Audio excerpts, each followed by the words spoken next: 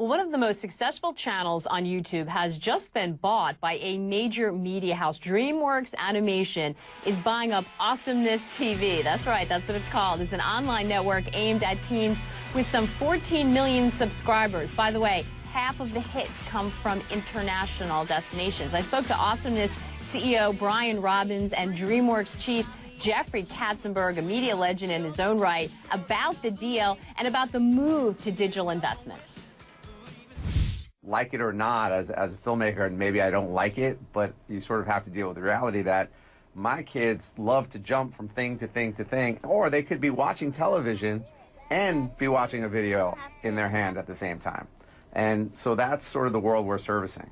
If you had to pick a single word and say, okay, well, what is at the core of why this is happening today and why it is explosive and why its potential is, so astounding, it is mobile, mobile, mobile. How do businesses make money in this landscape? Does it have to be about advertising? Are you able to sort of, connect with viewers and get the subscriptions that you used to? I mean, have we figured that out yet?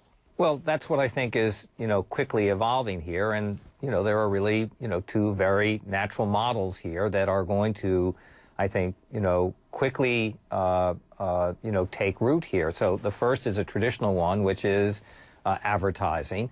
And, eyeballs are eyeballs in this. And whether they're eyeballs watching short content or, longer content, they are valuable to advertisers. Now, you have to adjust the the advertising message, and there needs to be as much original and creative approach to that as there is to the content itself.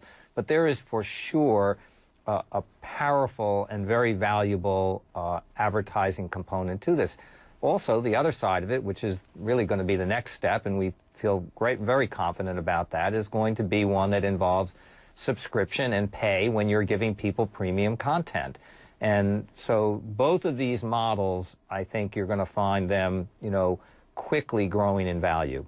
Brian, as a content creator, I would think this is fantastic that you have so many platforms in which to put your stuff out there. But as a consumer myself, I mean, sometimes there's so much noise, I'm not sure where to go. Does it make it better and easier to sort of get projects made, find a home for them? Or is it harder to break through the noise and get a hit and get a mass audience?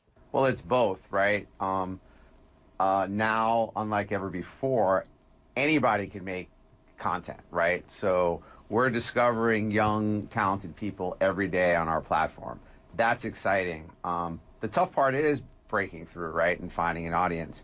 But I think it's the same as it always has been. A hit is a hit is a hit.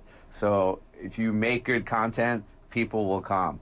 I mean, we've been able to scale an audience in 10 months, starting from zero on Awesomeness. That is pretty pretty big. And I think what we've done is we sort of filled a void that kids and teens and tweens were not getting served from, other networks. And I think that will continue. I mean, Jeffrey, this is an industry, though, that is sort of addicted to the blockbuster.